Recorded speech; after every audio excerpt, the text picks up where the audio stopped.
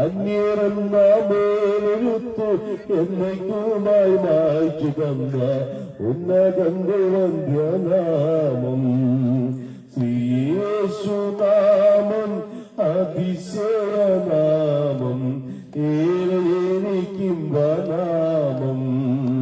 ശ്രീയേശുനാമം അതിശയനാമം ഏറെനിക്കുംബനാമം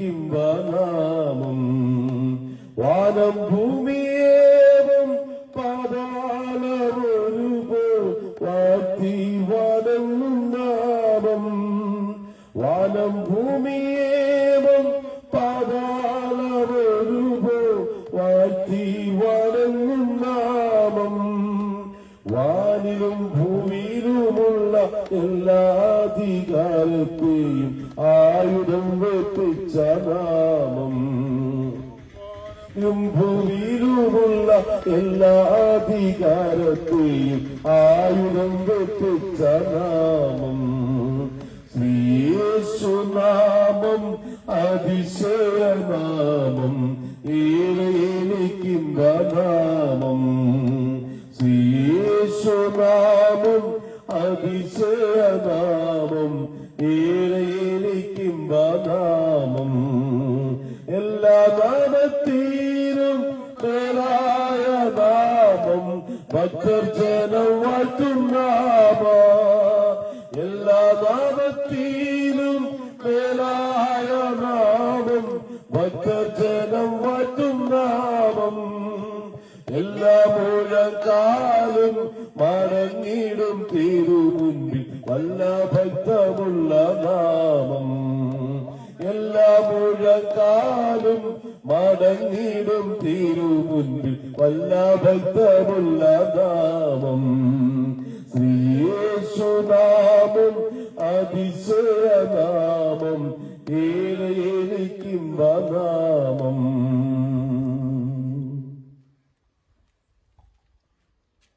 എല്ലാ ബഹുമാനർക്കും ക്രിസ്തുയേശുവിൽ ഞങ്ങളുടെ സ്നേഹാനന്ദനം അറിയിക്കുന്നു. കർത്താവായ യേശു ക്രിസ്തു മുഖാന്തരം നൽകുന്ന നിത്യമായ രക്ഷയെക്കുറിച്ചുള്ള സന്ദേശം നിങ്ങളുമായി പങ്കുവെക്കുന്നതിനാണ് ഞങ്ങൾ ഇവിടെ നിൽക്കുന്നത്.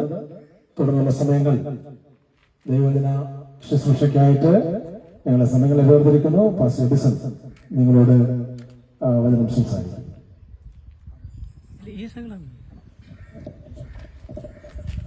വിവിധ ഇടങ്ങളിലായി ഞങ്ങളെ ശ്രദ്ധിക്കുന്ന എല്ലാ ബഹുമാന്യ ശ്രോതാക്കൾക്കും കർത്താവായ യേശു ക്രിസ്തുവിന്റെ നിസ്തുല്യമായ നാമത്തിൽ ഞങ്ങൾക്കുള്ള സ്നേഹവന്ദനം ഈ സമയത്ത് ഞങ്ങൾ അറിയിക്കുന്നു. ഇന്ന് രാവിലെ മുതൽ ഞങ്ങള് ഈ വണ്ടൻ പതാലിലും അതിന്റെ പരിസര പ്രദേശങ്ങളിലുമായി അനേക സ്ഥലങ്ങളിലായി നമ്മുടെ കർത്താവായ യേശു ക്രിസ്തു മുഖാന്തരമുള്ള നിത്യജീവന്റെ സന്ദേശം അറിയിച്ചുകൊണ്ടിരിക്കുകയാണ്. 2000 വർഷങ്ങൾക്ക് മുമ്പ് സ്വർഗ മഹിമകളെ വെടിഞ്ഞ് ഈ താണഭൂമിയിലേക്ക് മനുഷ്യാവതാരം ചെയ്ത് ഇറങ്ങി വന്നവർ 33 തിരുവയസ്സിന്റെ അന്ത്യത്തിൽ പാപപരിഹാരാർത്ഥം കാൽവരിയിലെ ഗോൾഗോഥാക്കുന്നിൽ 2 കള്ളന്മാർ മധ്യേ ക്രൂശിതനായി അരിമത്തിയിലെ യോസേഫിന്റെ കല്ലറയിൽ സംസ്കരിക്കപ്പെട്ട് 3-ാം ദിവസം മരിച്ചവരുടെ ഇടയിൽ നിന്ന് ജയവീരനായി ഉയർത്തെഴുന്നേറ്റ് 40 നാളോളം തന്റെ അരുമ ശിഷ്യന്മാർക്കും ഗലീലയിൽ 500-ലധികം ആളുകൾക്കും പ്രത്യക്ഷനായി സ്വർഗത്തിലേക്ക് കരയേറിപ്പോയവർ അനന്തവിദൂര ഭാവിയിൽ കാലാകാലങ്ങളിലായി തന്നെ രക്ഷിതാവും കർത്താവുമായി കൈക്കൊള്ളുന്ന ഏത് മനുഷ്യനെയും സ്വീകരിക്കുവാൻ സ്വർഗത്തിൽ തന്റെ സൗഖ്യത്തിലേക്ക് ആനയിക്കുവാൻ കടന്നുവരുമെന്ന് ലോകത്തോട് വാഗ്ദാനം ചെയ്ത ശേഷം സ്വർഗാരോഹണം ചെയ്തവനുമായ യേശു ക്രിസ്തു മുഖാന്തരമുള്ള ആത്മരക്ഷയുടെ സന്ദേശം അറിയിക്കാനാണ് ഞങ്ങളിവിടെ കടന്നു വന്നിട്ടുള്ളത്. വളരെ പരിമിതമായ സമയം ഈ ശബ്ദവാഹനയുടെ ശബ്ദപരിധിക്കുള്ളിൽ ഞങ്ങൾ ശ്രമിക്കുന്ന നിങ്ങളെ ഞങ്ങളുടെ പ്രമേയത്തിലേക്ക് കർത്തൃനാമത്തിൽ ഞങ്ങൾ സ്വാഗതം ചെയ്യുകയാണ്. ഞങ്ങൾ പ്രസംഗിക്കാൻ ആഗ്രഹിക്കുന്ന ഇന്നത്തെ വിഷയം മനുഷ്യൻ എന്നുള്ള വിഷയമാണ്. നാം എല്ലാവരും മനുഷ്യരാണ്. ഈ മനുഷ്യൻ എന്ന് പറഞ്ഞാൽ എന്താ? മനുഷ്യനെ സംബന്ധിച്ച് വളരെ ഗൗരവതരമായ പല നിർവചനങ്ങളും മനുഷ്യൻ തന്നെ നൽകിയിട്ടുണ്ട്. യുക്തിവാദികൾ എന്ന ഓമനപ്പേരിൽ അറിയപ്പെടുന്ന അവസരവാദികൾ മനുഷ്യനെ സംബന്ധിച്ച് പറയുന്നത് എങ്ങനെയാണ്? മനുഷ്യൻ കേവലം ഒരു ജൈവരാശിയല്ല എന്ന് പറഞ്ഞു കഴിഞ്ഞാൽ എന്റെയും നിങ്ങളുടെയും ഈ മാംസ ശരീരത്തെ ഒരു ജൈവരാസ ബിംബമെന്നാണ് ഈ യുക്തിവാദികൾ നാമകരണം ചെയ്യുന്നത്. ഈ മനുഷ്യ ശരീരത്തിലെ ഒരു അല്പം മാംസമെടുത്ത് ഇവിടുത്തെ ബയോകെമിക്കൽ ലബോറട്ടറിയിൽ പരിശോധനയ്ക്കായി കൊടുത്ത ആധുനിക ബയോകെമിക്കൽ ശാസ്ത്രം പറയുന്നു 16ലധികം രാസിക യൗഗികങ്ങളുടെ സംഘടിത ഭാവമാണ് ഈ കാണപ്പെടുന്ന മനുഷ്യൻ. Carbon, silicon, potassium, magnesium, manganese, iron, copper, silver, sodium chloride, കൊഴുപ്പ്, ഗോൾഡ്, സിൽവർ, ഫോസ്ഫറസ്, പൊട്ടാസ്യം, പിന്നെ 7 ഗാലൻ വെള്ളം, 7 501 ബാർ സോപ്പ് ഉണ്ടാക്കാൻ ആവശ്യമായ കൊഴുപ്പ്. ഇത്രയും സാധനങ്ങൾ ഈ ഭൗമ ശരീരത്തിൽ നിന്ന് മടക്കി കിട്ടുമെന്നാണ് രാസിക ജൈവ ശാസ്ത്രം പറയുന്നത്. എന്ന് മാത്രമല്ല, യുക്തിവാദികൾ എന്നറിയപ്പെടുന്ന ആളുകൾ പിന്നെയും പറയുന്നു, മനുഷ്യൻ എന്ന് പറഞ്ഞു കഴിഞ്ഞാൽ നൈമിഷികമായ ജീവിത പ്രക്രിയയിലൂടെ കടന്നുപോയി ജീവശ്വാസം പ്രാണവായു മൂക്കിൽ നിന്ന് ബഹിർഗമിച്ചാൽ കേവലം മണ്ണിലേക്ക് മടങ്ങിപ്പോയി ദ്രവിച്ചമരുന്ന ഒരു ജീവി. അങ്ങനെ ഈ മനുഷ്യനെ മറ്റ് ജീവജാലങ്ങളെക്കാൾ യാതൊരുവിധ വ്യത്യാസങ്ങളുമില്ല, മനുഷ്യനും മൃഗവുമെല്ലാം ഒരുപോലെ തന്നെയാണെന്നാണ് ഇവർ അഭിപ്രായപ്പെടുന്നത്. അങ്ങനെ ചിന്തിക്കുന്ന നാസ്തികരായ ധാരാളം ആളുകളുണ്ട്. എന്നാൽ വിശ്വാസങ്ങളിൽ അധിഷ്ഠിതരായി ജീവിക്കുന്ന ആളുകൾക്ക് മനുഷ്യൻ അങ്ങനെയല്ല, മൃഗജാലങ്ങളിൽ നിന്ന് അല്പമൊക്കെ വ്യത്യസ്തനായ ഒരു ജീവിയാണ് മനുഷ്യൻ എന്ന് അവർ അവകാശപ്പെടുന്നു. ഉദാഹരണം പറഞ്ഞു കഴിഞ്ഞാൽ, കുറെ വർഷങ്ങൾക്ക് മുമ്പ് ഞാനൊരു സ്ഥലത്ത് നിന്ന് പ്രസംഗിക്കുകയാണ്. ഞാൻ പ്രസംഗിച്ച് കഴിഞ്ഞു കഴിഞ്ഞപ്പോൾ എന്നോടൊരു യുവ സ്നേഹിതൻ വന്ന് ചോദിച്ചു, അല്ലയോ പ്രസംഗി, ഈ what is the difference between an animal and man? മനുഷ്യനും മൃഗവും തമ്മിലുള്ള വ്യത്യാസം എന്താണ്? ഞങ്ങളുടെ സമീപ സ്ഥലത്ത് കുറിയന്നൂർ എന്ന് പറയുന്ന ഒരു സ്ഥലമുണ്ട്. അവിടെ തോണിപ്പുഴ എന്ന് പറയുന്ന ജംഗ്ഷനിൽ ഞാൻ പ്രസംഗിക്കുന്ന സമയത്താണ്. അപ്പൊ ഞാൻ അദ്ദേഹത്തിന് പറഞ്ഞു, മനുഷ്യനും മൃഗവും തമ്മിൽ സാരമായ വ്യത്യാസമുണ്ട്. അദ്ദേഹം പറഞ്ഞു, എന്ത് വ്യത്യാസം? മനുഷ്യൻ ജീവശ്വാസം ഉച്ഛ്വസിക്കുന്നു, നിശ്വസിക്കുന്നു. മൃഗങ്ങൾ അങ്ങനെ ചെയ്യുന്നു. മനുഷ്യൻ ആഹരിക്കുന്നു, വിസർജിക്കുന്നു. മൃഗങ്ങളും ആഹരിക്കുന്നു, വിസർജിക്കുന്നു. മനുഷ്യന് പ്രജനന പ്രക്രിയയുണ്ട്, ജീവജാലങ്ങൾക്കെല്ലാം അങ്ങനെയുള്ള പ്രജനന പ്രക്രിയയുണ്ട്. മനുഷ്യൻ മരിക്കുന്നു, മൃഗങ്ങളും മരിക്കുന്നു. രണ്ടിന്റെയും ജഡം മണ്ണിലേക്ക് മടങ്ങിപ്പോകുന്നു. മനുഷ്യനും മൃഗവും തമ്മിൽ യാതൊരു വ്യത്യാസവും. അപ്പൊ ഞാൻ അദ്ദേഹത്തോട് ചോദിച്ചു, അങ്ങയുടെ പേരെന്താണ്? അദ്ദേഹം പറഞ്ഞു, എന്റെ പേര് പോത്തച്ഛൻ എന്നാണ്. അപ്പൊ എനിക്ക് രസം തോന്നി. ഞാൻ ചോദിച്ചു, പോത്തച്ഛനും പോത്തും തമ്മിൽ എന്തെങ്കിലും വ്യത്യാസമുണ്ടോ? അത് അദ്ദേഹം പറഞ്ഞു, വ്യത്യാസമല്ലേ, പോത്ത് ഒരു മൃഗമല്ലേ, നാൽക്കാലി മൃഗമല്ലേ, ഞാന് ഒരു മനുഷ്യനല്ലേ. അപ്പൊ നിങ്ങൾ തന്നെ പറഞ്ഞു, പോത്തച്ഛനും പോത്തും തമ്മിൽ വ്യത്യാസമുണ്ട്. അത് തന്നെയാണ് മനുഷ്യനും മൃഗവും തമ്മിൽ വ്യത്യാസം. പോത്തച്ഛൻ എന്ന് പറയുന്ന ആള് ക്രൈസ്തവ നാമങ്ങളിൽപ്പെട്ട ഒരു പേരാണ്. അനേക ക്രിസ്തീയ ആളുകൾക്ക് പോത്തച്ഛൻ എന്ന് പേരുണ്ട്. ഞങ്ങളുടെ അയൽവക്കത്ത് ഒരു പോത്തച്ഛനുണ്ട്. അപ്പൊ പോത്തച്ഛനും പോത്തും തമ്മിൽ സാരമായ വ്യത്യാസമുണ്ട്. കാരണം അറിയാമോ, പോത്തച്ഛൻ മരിച്ചു കഴിഞ്ഞാൽ മലയാള മനോരമ തുടങ്ങിയ മംഗളം അത്യാദി വർത്തമാന പത്രങ്ങൾ ഇന്ന പഞ്ചായത്തിൽ ഇന്ന വീട്ടിൽ ഇത്ര വയസ്സുള്ള പോത്തച്ഛൻ എന്ന് പറയുന്ന ആള് നിര്യാതനായി, അദ്ദേഹത്തിന്റെ ഭൗതിക ശരീരം ഇന്ന ദിവസം ഇന്ന സമയത്ത് ഇന്ന പള്ളിയിലെ അല്ലെ സഭകളിലെ ശുശ്രൂഷയ്ക്ക് ശേഷം ഇന്ന സെമിത്തേരിയിൽ സംസ്കരിക്കുന്നതാണ്. ഇത് പോത്തച്ഛനെ കുറിച്ച് വർത്തമാന പത്രങ്ങൾ എഴുതിയിടും. പോത്തച്ഛന്റെ സുന്ദരമാകുന്ന യവനകാലത്തിൽ ഫോട്ടോയിടും. 80 വയസ്സുള്ള പോത്തച്ഛൻ മരിച്ചാൽ 45 വയസ്സുകാലത്ത് എടുത്ത യവനത്തിലെ ഒരു ഫോട്ടോയും നിര്യാതനായി കൊടുത്തിട്ടുണ്ട്.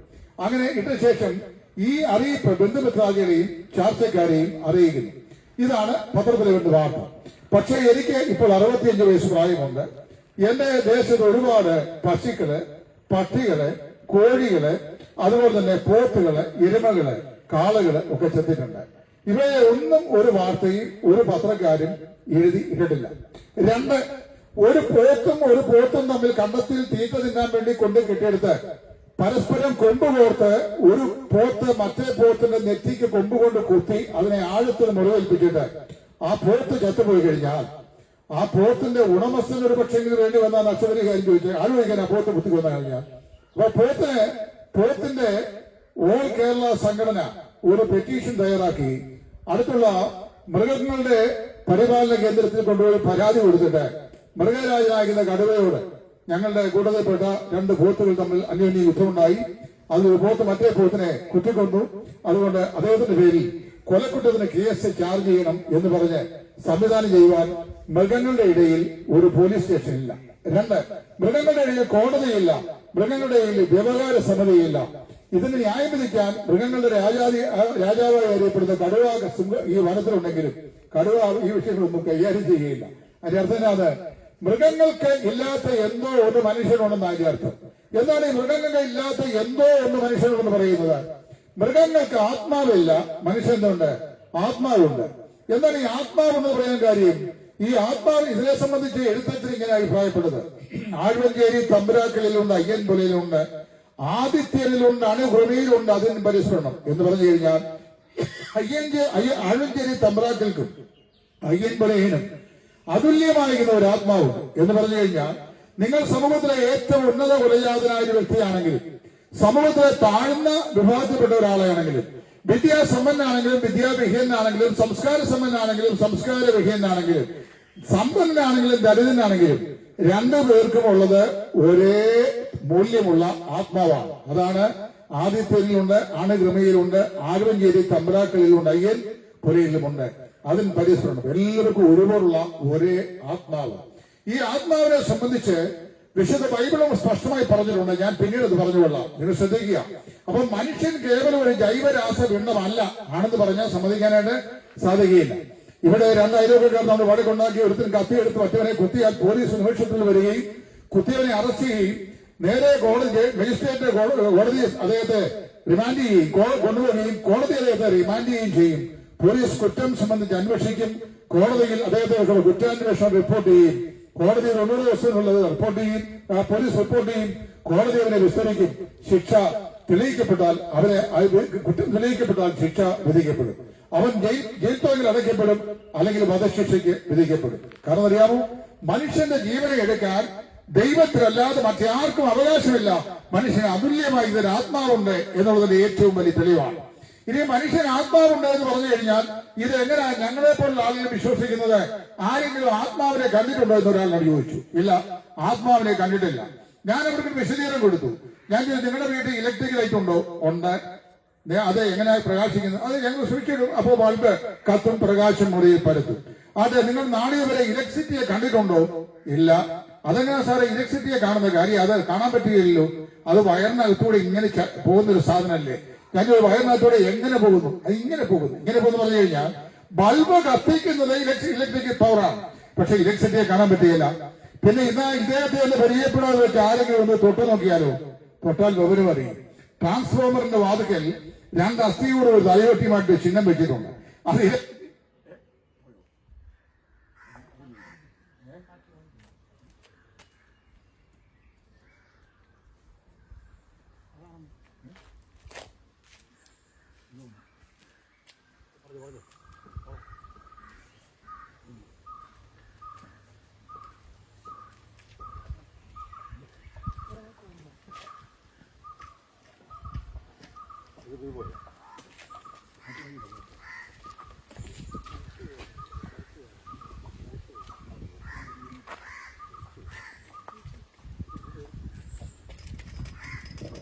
അത് ഇലക്ട്രിസിറ്റിയെ ഒന്ന് തൊട്ടു നോക്കാൻ മനുഷ്യർ സാധിക്കുകയില്ല.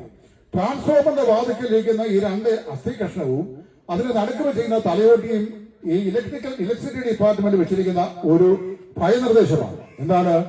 ആരെങ്കിലും ഈ ട്രാൻസ്ഫോമറിനെ സ്പർശിച്ചാൽ അവന്റെ അന്ത്യം ഇങ്ങനെയായിത്തീരും എന്നതിന്റെ അർത്ഥം. അപ്പൊ ഇലക്ട്രിസിറ്റിയെ നമ്മൾ കണ്ടിട്ടില്ലെങ്കിലും ഇലക്ട്രിസിറ്റിയുടെ പവർ ഉണ്ടെന്ന് നമ്മൾ വിശ്വസിക്കുന്നു. സൂര്യൻ പടിഞ്ഞാറ് ചക്രവാളത്തിലേക്ക് മറയുമ്പോൾ കിഴക്കേ ചക്രവാളത്തിൽ ഇരുട്ട് വ്യാപിക്കും, സൂര്യനെ കാണാൻ സാധിക്കുകയില്ല.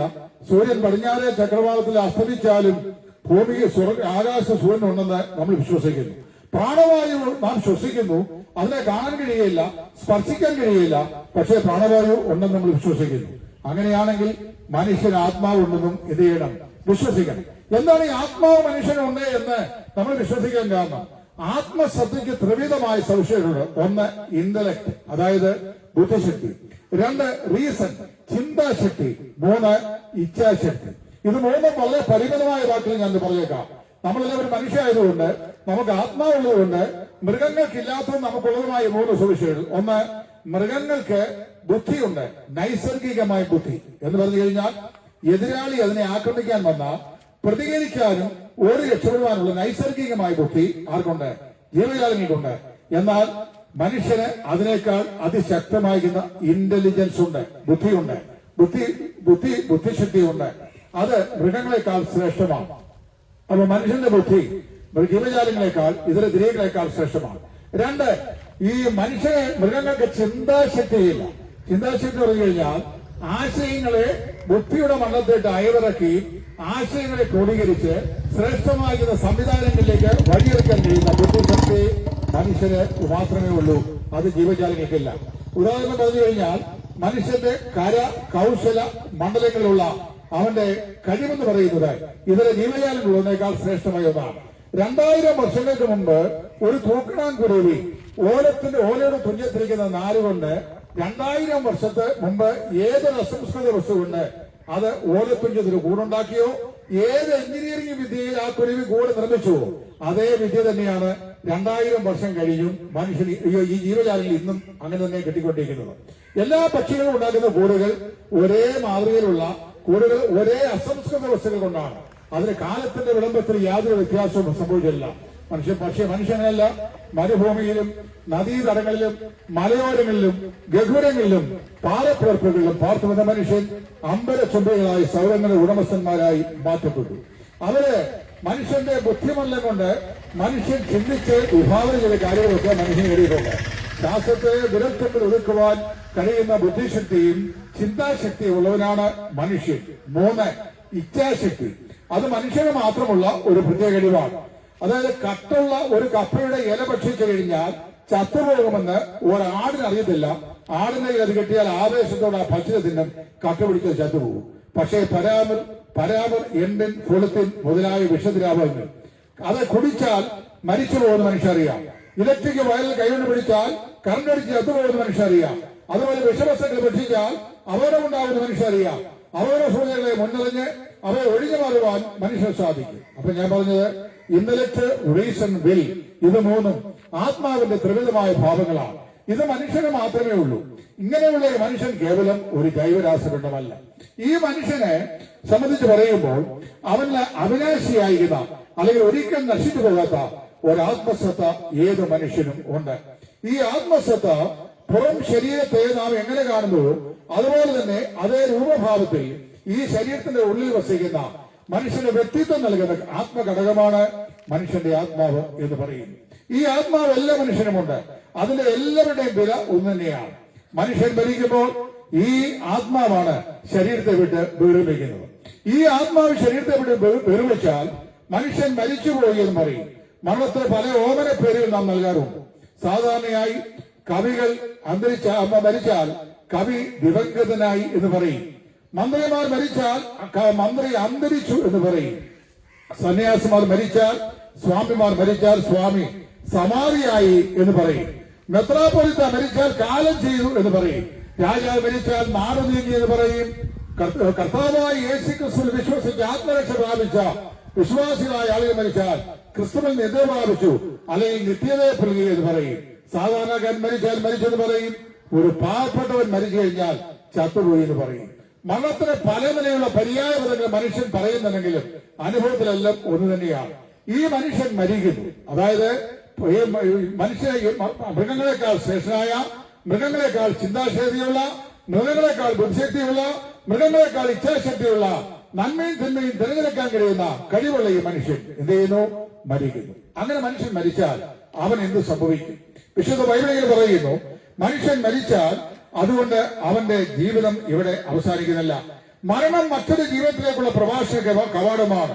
മരണത്താൽ മനുഷ്യൻ മാറ്റപ്പെട്ട് കഴിയുമ്പോൾ മനുഷ്യന്റെ അന്തരാത്മാവ് മനുഷ്യ ശരീരത്തെ വിട്ട് വേർപിരിച്ചു കഴിഞ്ഞാൽ, അതായത് അവിടുത്തെ ഒടുവിലത്തെ ഉച്ഛ്വാസവായും കൂടെ നാം ഉള്ളിലേക്ക് വലിച്ചെടുത്ത് തിരിച്ചുവിട്ടിട്ട് അകത്തേക്ക് വീണ്ടും വലിക്കാൻ കഴിയാതെ വന്ന അവസ്ഥയെ മരണമെന്ന് നാം നിർവചിക്കുന്നു. മരണത്താൽ മനുഷ്യൻ ഈ ഭൂമിയിൽ നിന്ന് വേർപെടുമ്പോൾ അവന്റെ ആത്മാവ് എന്ത് ചെയ്യുന്നു? ശരീരത്തെ വിട്ട് അത് മാറ്റപ്പെടുന്നു. മരണത്തിന് ശേഷം മനുഷ്യന് ഒരു ജീവിതമുണ്ട് എന്ന് ഈശ്വര വിശ്വാസാധിഷ്ഠിതമായ എല്ലാ മതങ്ങളും വിശ്വസിക്കുകയും പഠിപ്പിക്കുകയും ചെയ്തുകൊണ്ട് BC 500-ാം നൂറ്റാണ്ടിനടുത്ത് പുരാതന ഗ്രീസിലെ ഏതൻസിൽ ജീവിച്ചിരുന്ന മസ്തിഷ്കമലനായ സോക്രട്ടീസ് അദ്ദേഹം മരണത്തിനപ്പുറത്ത് മനുഷ്യന് ജീവിതമുണ്ട് എന്നും മനുഷ്യൻ മരിച്ചാൽ ആകാശ ഗോളങ്ങൾക്ക് അപ്പുറത്ത് മനുഷ്യന്റെ ആത്മാക്കൾ അത് യാത്ര ചെയ്തിരിക്കുമെന്നും മനുഷ്യന്റെ ജീവിതത്തിന്റെ പാഞ്ചഭൗതികമായി ശരീരത്തിന് മാത്രമാണ് ഇവിടെ നഷ്ടമുണ്ടാകുന്നതെന്നും പാഞ്ചഭൗതികമായി ശരീരത്തെ വിട്ട് വേർപിരിക്കുന്ന ആത്മാവ് ആകാശ ഗോളങ്ങൾ അപ്പുറം അനന്തതയിലെ നിവാസത്തിനായി മാറ്റപ്പെട്ടിരിക്കുന്നു പഠിപ്പിച്ചു. അങ്ങനെ പഠിപ്പിച്ചപ്പോൾ അദ്ദേഹത്തെ അനുഗമിച്ച ശിഷ്യന്മാരായ ആളുകളെ അദ്ദേഹം വിപരീതോപദേശം പഠിപ്പിച്ചു എന്ന് പറഞ്ഞുകൊണ്ട് എന്ത് ചെയ്തു? ഏതൻസിലെ ജൂറികൾ അല്ലെങ്കിൽ ജഡ്ജികൾ അദ്ദേഹത്തെ ഏകംഗ ജൂറി സംഘം അദ്ദേഹത്തെ വിസ്തരിച്ച ശേഷം അദ്ദേഹത്തെ വിഷദ്രാവം കലക്കി കൊടുത്ത് കൊല്ലാനായി വിധികൽപ്പിച്ചു. വിഷദ്രാവം കുടിപ്പിച്ച് അദ്ദേഹത്തെ കൊല്ലുന്നതിന് നിമിഷങ്ങൾക്ക് മുമ്പ് ഏകംഗ ജൂറി സംഘം ഈ മഹാനായ സോക്രട്ടീസ് പറഞ്ഞു, അല്ലയോ സോക്രട്ടീസെ, അങ്ങേക്ക് മരണത്തിൽ രക്ഷപ്പെടാൻ ഏറ്റവും ഒടുവിലായി ഒരവസരം കൂടെ ഞങ്ങൾ തരികയാണ്. നിങ്ങൾ യുവാക്കന്മാരെ വഴിതെറ്റിക്കുന്നതിൽ വിപരീത ഉപദേശം പഠിപ്പിച്ച് ആളുകളെ വഴിതെറ്റിക്കാതെ മനുഷ്യൻ മരിച്ചാൽ അതിന്റെ അപ്പുറത്തേക്ക് മനുഷ്യന്റെ ആത്മാവിന്റെ അധിവാസമുണ്ട് എന്നുള്ള നിങ്ങളുടെ ഉപദേശം പിൻവലിക്കുക നിങ്ങൾക്ക് രക്ഷപ്പെടാനുള്ള ഏറ്റവും ഒടുവിലത്തെ മാർഗമാണ്. അതല്ലെങ്കിൽ നിങ്ങൾക്ക് മരിക്കാനും ഞങ്ങൾക്ക് ജീവിക്കുവാനുള്ള സമയം സമാഗതമായി. For you to die and for us to live. The time is at hand, they said. എന്നാൽ ആ അവസാന നിമിഷത്തിൽ മഹാനായ സോക്രട്ടീസ് പറഞ്ഞ ഒടുവിലത്തെ തന്റെ വാക്കുകൾ, ചരമപ്രസംഗം, ലോകത്തിലെ മനസാക്ഷിയുള്ള ഏത് മനുഷ്യന്റെ മനസാക്ഷിയെ ചലിപ്പിക്കുന്ന വാക്കുകളാണ്. അദ്ദേഹം പറഞ്ഞാലോ, ഏതെങ്കിലും ജൂറി സംഘടന, നിങ്ങൾ പറഞ്ഞല്ലോ നിങ്ങൾക്ക് ജീവിക്കാനും എനിക്ക് മരിക്കാനുമുള്ള സമയം സമാഗതമായിരിക്കുന്നുവെന്ന്. എന്നാൽ ആരാണ് യഥാർത്ഥത്തിൽ ജീവിക്കാൻ പോകുന്നതെന്ന് നിത്യത തീരുമാനിക്കാനുള്ളൂ എന്ന് അദ്ദേഹം പറഞ്ഞു. എന്നിട്ട് അദ്ദേഹത്തെ ശിഷ്യന്മാരെ വിളിച്ചില്ലെങ്കിൽ പറഞ്ഞു, ഞാൻ വിഷദ്രാവം കുടിക്കാൻ പോവുകയാണ്. ഏതാനും നിമിഷങ്ങൾ കഴിയുമ്പോൾ എന്റെ ശരീരത്തോടെ ഈ ആത്മാവോട് പറയും, ഞാനും ആത്മാവ് ആകാശ ഗോളങ്ങൾക്കപ്പുറം അനന്തതയെ പുൽകിരിക്കും. എന്നാൽ ഒരു കാര്യം ഞാൻ ഓർപ്പിക്കട്ടെ, നിങ്ങൾ എന്റെ പാഠ്യഭൗതികമായ ഈ ഭൗമശരീരം പട്ടണയിലേക്ക് ദഹിപ്പിക്കാനായി എടുക്കുമ്പോൾ ഒരു കാര്യം ഓർത്തു വേണം, എന്നെ സോക്രട്ടീസിനെ കൊണ്ടുപോകുന്നത് പറയരുത്. സോക്രട്ടീസിന്റെ ആത്മാവ് ആകാശഗോളങ്ങൾക്കപ്പുറം പാലായനം ചെയ്ത് കഴിഞ്ഞിരിക്കും. നിങ്ങൾ പാഞ്ചഭൗതികമായ ശരീരത്തെയാണ് പട്ടണയിൽ അടക്കാൻ കൊണ്ടുപോകുന്നത് എന്ന് ലോകത്തോട് പറയണം എന്ന് പറഞ്ഞു. ആത്മാവിനെ അനശ്വരനെ വിശ്വസിക്കുന്ന മഹാനായിരുന്നു, വലിയ തത്വചിന്തകനായിരുന്ന മഹാനായ സോക്രട്ടീസ്. മാത്രമല്ല, വിശ്വം ജന്മം കൊടുത്ത ജനശ്രേഷ്ഠന്മാർ അനേകയാണെങ്കിൽ മനുഷ്യൻ മരണം കൊണ്ട് അവസാനിക്കുന്നില്ല. മരണത്തിന് അപ്പുറത്ത് മനുഷ്യന് ഒരു അനന്തതയുണ്ട് എന്ന് വിശ്വസിക്കുന്ന ആളുകളായിരുന്നു. പ്രിയപ്പെട്ടവരെ, നിങ്ങൾ അംഗീകരിച്ചാലും ഇല്ലെങ്കിലും ഒരു യാഥാർത്ഥ്യം ഞാൻ ഇവിടെ ചൂണ്ടിക്കാണിക്കട്ടെ. മനുഷ്യ ജീവിതം ഇവിടം കൊണ്ട് അവസാനിക്കുന്നില്ല. മരണം മനുഷ്യന്റെ അന്തമല്ല. മരണത്തിന്റെ അപ്പുറം മനുഷ്യൻ നിശ്ചയമായും ഒരു ജീവിതമുണ്ട്. ആ ജീവിതത്തെ സ്വർഗ നരകങ്ങൾ എന്നാണ് വിശുദ്ധ വേദപുസ്തകം വിവക്ഷിക്കുന്നത്. കർത്താവായ യേശു ഈ ഭൂമിയിലായിരുന്നപ്പോൾ 3.5 വർഷക്കാലത്തെ അവിടുത്തെ പരസ്യ ശുശ്രൂഷാനാളികൾ അദ്ദേഹം ലോകത്തോട് പരസ്യമായി പറഞ്ഞു, ഒരു മനുഷ്യൻ സർവ്വലോകവും നേടിയിട്ടും തന്റെ ആത്മാവിനെ നഷ്ടമാക്കിയാൽ അവന് എന്ത് പ്രയോജനം? പ്രിയമുള്ളവരെ, മനുഷ്യന്റെ ആത്മാവിനെ അവൻ നഷ്ടപ്പെടുത്തുകയും സർവ്വലോകവും നേടുകയും ചെയ്താൽ അവന് പിന്നെ യാതൊന്നും കൊണ്ടും ഒരു പ്രയോജനം ഉണ്ടാകുകയില്ല. നിങ്ങൾക്കറിയാമല്ലോ, ലോകത്തിലെ ഏറ്റവും ബഹുസമ്പന്നന്മാരായിരുന്ന ഈലോൺ മസ്കിനെ പോലെയുള്ള ആധുനികമായ സാങ്കേതിക വിദ്യകൾ കൊണ്ട് ലോകത്തെ ഓരോ ദിവസവും ഞെട്ടിപ്പിച്ചുകൊണ്ടിരിക്കുന്ന ഈലോൺ മസ്കും ഒരു ദിവസം മരിക്കും. ബുദ്ധിരാക്ഷസന്മാര് ഒരു ദിവസം മരിക്കും. ഭിഷഗ്വരന്മാര് ഒരു ദിവസം മരിക്കും. തത്വശാസ്ത്രികൾ ഒരു ദിവസം മരിക്കും. എല്ലാ ആളുകളും ഒരു ദിവസം മരിക്കും. മരിച്ചാൽ മനുഷ്യന്റെ ആത്മാവ് അനന്തതയിലേക്ക് അത് പാലായനം ചെയ്യും. എന്നാൽ മനുഷ്യൻ മരിച്ചു മാറ്റപ്പെട്ടാൽ വ്യത്യസ്തമായ 2 അന്തങ്ങളിലേക്കാണ് മനുഷ്യൻ എത്തിച്ചേരുന്നതാണ് വേദോസം പറയുന്നത്. നിത്യമായ നരകം, നിത്യമായ സ്വർഗം. എന്നാൽ ഇത് രണ്ടും കേവലം മിഥ്യയാണ് എന്ന് ചിന്തിക്കുന്ന ആളുകളുണ്ട്. എന്റെ പ്രിയമുള്ളവരെ, ഞാൻ ഓർപ്പിക്കട്ടെ, ഇത് മിഥ്യയല്ല, യാഥാർത്ഥ്യമാണ്. ഈ യാഥാർത്ഥ്യത്തെ നിങ്ങൾ ഒരു വിഷയത്തിൽ അവഗണിച്ചു കളഞ്ഞാൽ എന്തോ സംഭവം അറിയാമോ? ഒരിക്കലും രക്ഷപ്പെടാൻ കഴിയാത്ത അതിഭയാനകമായ നിത്യന്യായത്തിലേക്ക് നിങ്ങൾ എറിയപ്പെടും. ആയാല് ഈ ഭൂമിയിൽ ജീവിച്ചിരിക്കുമ്പോഴാണ് മരണത്തിനപ്പുറമുള്ള ജീവിതത്തെ കുറിച്ച് നമ്മൾ ചിന്തിക്കേണ്ടത്. ചില ആളുകൾ മരിച്ചു കഴിഞ്ഞത് അവരുടെ ബന്ധുമിത്രാദികൾ അവരുടെ മോക്ഷത്തിന് വേണ്ടി ഭൂമിയിൽ അവരുടെ വിശ്വാസ പ്രമാണമനുസരിച്ച് ചെയ്യുന്ന കർമ്മങ്ങൾ, കാണ്ഡങ്ങൾ, കൂതാശകൾ, കുർബാനകൾ എന്നിവയുണ്ട് പരലോകത്ത് അവരുടെ ആത്മാക്കൾക്ക് മോക്ഷം ലഭിക്കും പടിപടിയായി വിശ്വസിക്കുകയും പഠിപ്പിക്കുകയും ചെയ്യുന്ന ആളുകളാണ്. പക്ഷെ ഒരു കാര്യം മനസ്സിലാക്കണം, ഒരു മനുഷ്യൻ ജീവിച്ചിരിക്കുമ്പോൾ അവന്റെ ജീവിതത്തിൽ അവൻ ഏത് തെരഞ്ഞെടുത്തു എന്നതിന്റെ അടിസ്ഥാനത്തിലാണ് അവൻ നിത്യമായ സ്വർഗാവകാശമാക്കുമോ അതോ നിത്യനരകത്തിനായി അവൻ എറിയപ്പെടുമോ എന്ന് തീരുമാനിക്കുന്നത്. മരണത്തിന് ശേഷം മനുഷ്യന്റെ ആത്മാവിന് നിത്യശാന്തിക്ക് വേണ്ടി ചെയ്യുന്ന യാതൊരു കർമ്മങ്ങളും, കാണ്ഡങ്ങളും, കൂതാശകളും, കുർബാനകളും, അനുഷ്ഠാനങ്ങളും ഒരിക്കലും മനുഷ്യന്റെ ആത്മാവിന് പ്രയോജനം ചെയ്യുന്നില്ല എന്ന് വേദപുസ്തകം അസന്ധിഗ്ധമായി പറയുന്നു. ഞങ്ങൾ വളരെ വിനീതമായി ഓർപ്പിക്കട്ടെ, നിങ്ങൾ ജീവിച്ചിരുന്ന ഈ സമയത്താണ് നിങ്ങളുടെ മരണത്തിന്റെ അപ്പുറത്തുള്ള ജീവിതം എവിടെയായിരിക്കണമെന്ന് നിങ്ങൾ തീരുമാനിക്കേണ്ടത്. അതായത് ഈ ശരീരത്തിലേക്ക് നിങ്ങൾ വേണം എവിടെയായിരിക്കും നിങ്ങളുടെ മരണാന്തര ജീവിതം എന്ന് തീരുമാനിക്കുവാൻ. നിങ്ങളുടെ തീരുമാനമാണ് നിങ്ങളെ ഒന്നുകിൽ സ്വർഗത്തിൽ അല്ലെങ്കിൽ നരകത്തിൽ കൊണ്ട് എത്തിക്കുന്നത്. പ്രിയമുള്ളവരെ, ആകയാൽ ഒരു കാര്യം ഞാൻ ഓർപ്പിക്കുകയാണ്, സ്വർഗരാജ്യത്തിൽ പോകാൻ നിങ്ങൾ ചിലത് ചെയ്യണം, എന്നാൽ നരകത്തിൽ പോകാൻ ഒന്നും ചെയ്യണ്ട. പാപിയായി ജനിച്ച മനുഷ്യൻ പാപിയായി ജീവിച്ച് എത്തിച്ചേരുന്ന അന്തം നിത്യമായ മരണമാണ്. അങ്ങനെയാണ് ഒരിക്കൽ മരിക്കുകയും ഒരു ന്യായവതിയും ദൈവം മനുഷ്യർക്കായി നിയമിച്ചിരിക്കുന്നു എന്ന് വിശുദ്ധ വേദം പ്രഖ്യാപിക്കുന്നത്. എന്നാൽ സ്വർഗരാജ്യത്തിൽ പോകാൻ നിങ്ങൾ ഒരു കാര്യം ചെയ്യണം. അതെന്താ ചെയ്യേണ്ടേ? നിങ്ങളുടെ മാനുഷികമായ യാതൊരു പുണ്യപ്രവൃത്തികളും നിങ്ങളെ സ്വർഗത്തിലേക്ക് എത്തിക്കുകയില്ല. മനുഷ്യന്റെ പുണ്യ പ്രവൃത്തികളോ പുണ്യകൃത്യങ്ങളോ പുണ്യകർമ്മങ്ങളോ അനുഷ്ഠാനങ്ങളോ ഒന്നും മനുഷ്യനെ സ്വർഗരാജ്യത്തിൽ എത്തിക്കുവാൻ അപര്യാപ്തമാണെന്ന് ദൈവം കണ്ടതുകൊണ്ടാണ് മനുഷ്യന്റെ രക്ഷ ഒരുക്കുവാൻ 2000 വർഷം മുമ്പ് തന്റെ ഏകജാതനായ പുത്രൻ യേശു ക്രിസ്തുവിനെ മനുഷ്യനായി ഈ ഭൂമിയിലേക്ക് അയച്ചത്. ഞങ്ങൾ പ്രസംഗിക്കുന്ന ഈ നസ്രായനായ യേശു 2000 വർഷങ്ങൾക്ക് മുമ്പ് മാനവജാതിയുടെ പാപത്തിന്റെ പരിഹാരത്തിനായി മനുഷ്യവേഷമുണ്ട് ഈ താണഭൂമിയിലേക്ക് ഇറങ്ങി വന്നു. 33 തിരുവയസ് വരെ അവിടുന്ന് ഈ ഭൂമിയിൽ ജീവിച്ചു. ശത്രുക്കളാലും മിത്രങ്ങളാലും പാപരഹിതന്റെ പരക്കെ സാക്ഷ്യം പ്രാപിച്ചു.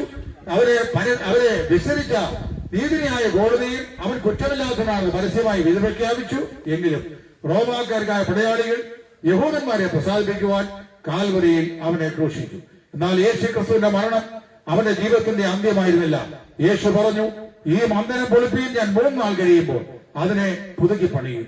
തന്നെ മരിച്ച് തന്റെ പ്രാണൻ ചെയ്ത് വേർപെട്ട ശേഷം അരിമത്യയിലെ പ്രസിദ്ധനായ മന്ത്രിയായിരുന്ന യോസേഫ്, അതുപോലെ നിക്കോദിമോസ് എന്ന് പറയുന്ന രഹസ്യ ശിഷ്യനും പീലാത്തോസിന്റെ അടുക്കൽ വന്ന് അവന്റെ ഭൗമശരീരം ഏറ്റുവാങ്ങി യഹൂദ ശവസംസ്കാര മര്യാദ പ്രകാരം 100 കാലത്ത് സുഗന്ധദ്രവ്യങ്ങളോടുകൂടെ അവനെ ഈ മന്ത്രിക്ക് വേണ്ടി വെട്ടിയുണ്ടാക്കിയ കല്ലറയിൽ സംസ്കരിച്ചു.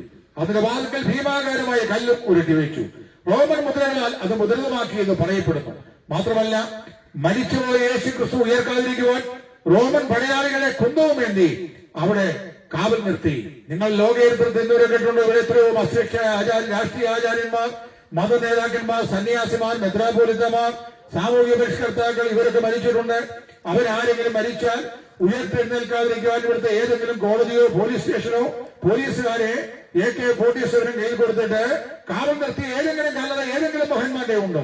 എന്നാൽ നസറേയനായ യേശു ഉയർക്കാതിരിക്കുവാൻ റോമൻ പടയാളികളെ കുന്തവും വേണ്ടി കാവൽ നിർത്തി. പക്ഷേ റോമൻ പടയാളികളുടെ സൈന്യ വിന്യാസത്തെ സടികൂടെ വിറപ്പിച്ച് അവരെ നിദ്രയിൽ അമർത്തിക്കൊണ്ട് ആഴ്ചവട്ടത്തിന്റെ 1-ാം ദിവസമായ ഞായറാഴ്ചയുടെ പുതുപുത്തൻ പുരലി 2000 കിലോഗ്രാം വരുന്ന തൂക്കം വരുന്ന ഭീമമായ കല്ലറയുടെ വാക്കിൽ വെച്ച് ഉരുട്ടിവെച്ച് അത് സീൽ ചെയ്ത് ഭദ്രമാക്കിയിരിക്കെ ഈ കല്ലറയിൽ സംസ്കരിക്കപ്പെട്ട യേശു ക്രിസ്തുവിന്റെ ഭൗമശരീരം അരിമത്യയിലെ യോസേഫിന്റെ കല്ലറയുടെ വാതിൽക്കൽ ഉരുട്ടി വെച്ചിട്ട് കല്ലിനെ ഉരുട്ടി മാറ്റി ആ സപ്തമുദ്രകളാൽ മുദ്രിതമായ മുദ്രയെ ഭേദിച്ച് നസ്രായൻ ഉയർത്തെഴുന്നേറ്റു.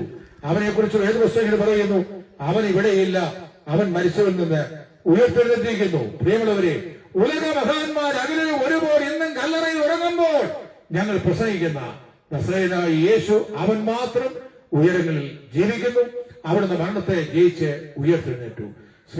നമ്മുടെ രാഷ്ട്രപിതാവായിരുന്ന മഹാത്മാഗാന്ധി ഗുജറാത്തിലെ പോർബന്തറിൽ ജനിക്കുമെന്നും ഭാരതത്തിൽ വളരുമെന്നും ഭാരതത്തിൽ ഒഴികെ സൂര്യനസ്തമിക്കാത്ത രാജ്യമായ ഇംഗ്ലണ്ടിലെ ലണ്ടനിൽ ചെന്ന് അദ്ദേഹം പഠിക്കുമെന്നും മടങ്ങി ഇന്ത്യയിലേക്ക് വരുമെന്നും ഇന്ത്യൻ സ്വാതന്ത്ര്യ സമരത്തിനായിട്ടുള്ള സന്നാഹങ്ങൾ ഒരുക്കുമെന്നും അദ്ദേഹം ബ്രിട്ടീഷുകാരെ ഇന്ത്യയിൽ തുരത്തുവാൻ സമരാംഗണത്തിലൂടെ അദ്ദേഹം നിരന്തരമായ സമരത്തിൽ ഏർപ്പെടുമെന്നും 1947 ആഗസ്റ്റ് മാസം 15-ാം തീയതി ബ്രിട്ടീഷുകാരുടെ ആധിപത്യത്തിൽ നിന്ന് ഇന്ത്യയെ സ്വതന്ത്രമാക്കുമെന്നും 1948 ജനുവരി മാസം 30-ാം തീയതി പതിവ് പോലെ ബിർളാ മന്ദിരത്തിലേക്ക് വെള്ളിയാഴ്ച പകൽ 5 മണിക്ക് പ്രാർത്ഥനയ്ക്കായി പോകുമ്പോൾ അദ്ദേഹത്തെ ഒരുവൻ പതിയിരുന്ന് വെടിവെച്ചു കൊല്ലുമെന്നും ആരെങ്കിലും മുൻകൂട്ടി പ്രവചിച്ചിരുന്നെങ്കിൽ ഞാൻ വിശ്വസിക്കുന്നത് അന്നത്തെ പ്രാർത്ഥന മഹാത്മാഗാന്ധി ബുദ്ധിപരമായി മാറ്റിവെക്കുമായിരുന്നു. പക്ഷേ ആരും അത് മുൻകൂട്ടി പ്രവചിച്ചില്ല. എന്നാൽ ഞങ്ങൾ പ്രസംഗിക്കുന്ന നസ്രായനായ യേശുവല്ലോ, അവന്റെ ജനനം, അവന്റെ ജീവിതം, അവന്റെ ശുശ്രൂഷകൾ, അവന്റെ മരണം, അവന്റെ അടക്കം, അവന്റെ പുനരുത്ഥാനം, അവന്റെ സ്വർഗാരോഹണം, അവന്റെ പുനരാഗമനം, ഇതെല്ലാം മുൻകൂട്ടി വിശുദ്ധ തിരുവെടുത്തിരിക്കുന്നു.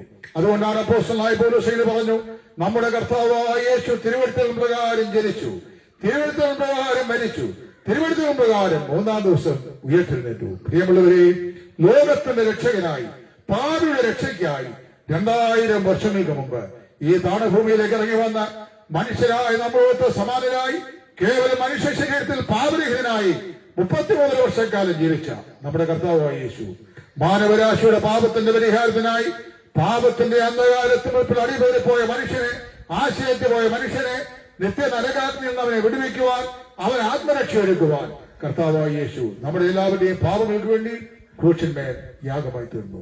ഈ കർത്താവായ യേശു പറഞ്ഞു, ജീവിച്ചിരുന്ന് എന്നിൽ വിശ്വസിക്കുന്ന ഏവനും മരിച്ചാലും ജീവിക്കും. പ്രിയമുള്ളവരെ, ഈ കർത്താവായ യേശു ക്രിസ്തുവിൽ വിശ്വസിച്ച് ആത്മരക്ഷ പ്രാപിച്ച് ദൈവ കൃപയുടെ പങ്കാളികളായി തീരുവാൻ സ്വർഗത്തിലെ ദൈവം നിങ്ങളേവരെയും സഹായിക്കട്ടെ.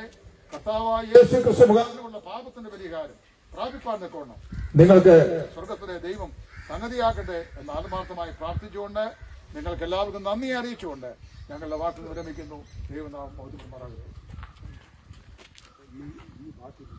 നമ്മൾ കുത്തിയിരുന്ന ബാക്കി ഇത് വായിക്കും. അത് ഇപ്പോൾ ഇതിന്റെ ഇരട്ടി സംബന്ധിച്ച് ഈ ബാക്കി കണ്ടുപോകാൻ ഇത് നമ്മൾ ഞാൻ അന്ന് കഴിഞ്ഞ പ്രാവശ്യം വന്നപ്പോൾ കൊണ്ട് വാങ്ങിച്ച ബാക്കി അന്ന് രാവിലെ 4 മാറ്റം ഇതിനകത്ത് നിൽക്കത്തില്ല. ഇത് കണ്ടുപോകാനും ബാക്കി ലൈറ്റ് സിസ്റ്റം ഇതൊരു വേസ്റ്റായി.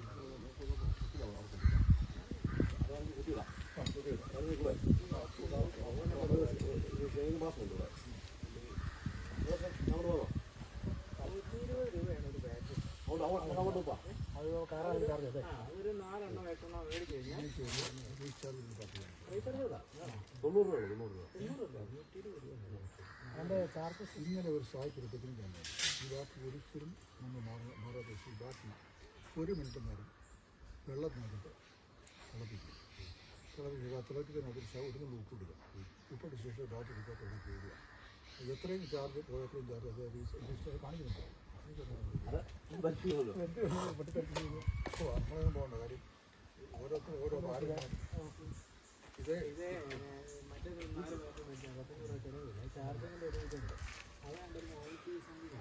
അതുപോലെ 400 സംതിങ് കാണാനൊന്നും കാര്യമല്ലേ മൊബൈൽ ചാർജ് 13 അത് ചാർജ്